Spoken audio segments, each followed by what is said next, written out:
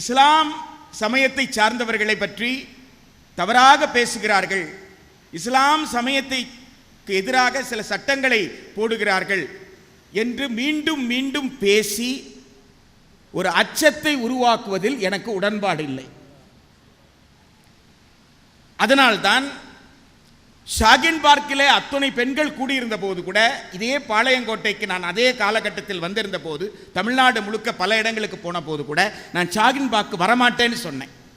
அவன் என்ன எதிர்பார்க்கிறானோ அதை செஞ்சுக்கிட்டு இருக்கிறீங்க, எனக்கு அதில் உடன்பாடு இல்லைன்னு சொன்னேன். நான் அந்த மேடைகளில், கருத்தரங்கங்களில், பொதுக்கூட்டங்களில் பேசினேனே தவிர, அந்த நான் பேசின கூட்டங்களில் ரொம்ப தெளிவாக நான் என்ன இருந்தேன்னா, அதற்கு தலைமை வகிப்பவர் இஸ்லாத்தை பின்பற்றுபவராக இருக்கக்கூடாது என்பதிலே தெளிவாக இருந்தேன். நான் அந்த மேடைகளை ஒன்றை திரும்ப திரும்ப சொன்னதை இன்று மாண்புமிகு மேனாள் நாடாளுமன்ற உறுப்பினர் அவர்கள் இன்று மேடையில் சொன்னது எனக்கு ரொம்ப மகிழ்ச்சியாக இருந்தது.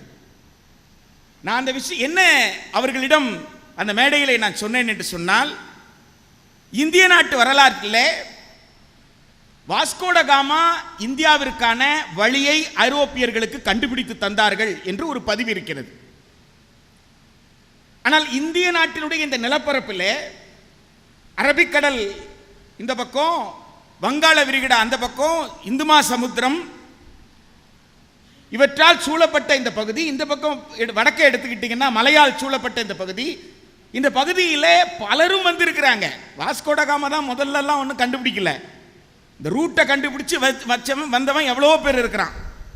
ஆனால் வரலாற்றில் எப்படி பதிவு பண்ணியிருக்காங்கன்னா, வாஸ்கோ ட காமா ஐரோப்பியர்களுக்கு அவர் வந்தது கொள்ளையடிப்பதற்காக, வியாபாரம் செய்வதற்காக, ஒரு நோக்கத்திற்காக.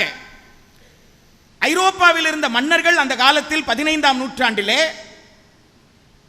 இந்த மாதிரி பயணங்களுக்கு அனுப்பியது யாருன்னா, பேராசை பிடித்தவர்களும் கொள்ளையடிப்பவர்களும் தான். காரணம் என்னன்னா, படகுல போயிட்டாங்கன்னா உயிரோட வருவாங்களான்னு தெரியாது. அப்ப அவங்கள பிடிச்சி என்ன சொல்றதுன்னா, நீ போய் புதுசா இடத்தை கண்டுபிடி, நான் உனக்கு இவ்வளவு பணம் தர்றேன், இவ்வளவு சொத்து தர்றேன், இவ்வளவுதான் விஷயம். பணத்திற்காகவோ சொத்துக்காகவோ ஏதோ ஒன்றுக்காக ஆசைப்பட்டு வந்தவர்கள் தானே தவிர, புவியியல் ரீதியான ஆய்வு செய்வதற்கு டார்வின் எப்படி கிளம்பினாரோ டார்வின் போல கிடையாது. சார்லஸ் டார்வின் 6 வருஷம் பயணம் பண்ணியிருக்கிறார் படகுல. அது ஆய்வுக்கான, மக்கள் எல்லாம் ஒன்றுதான் என்று சொல்லக்கூடிய ஒரு மிகப்பெரிய ஆய்வு தான் டார்வினுடைய ஆய்வு.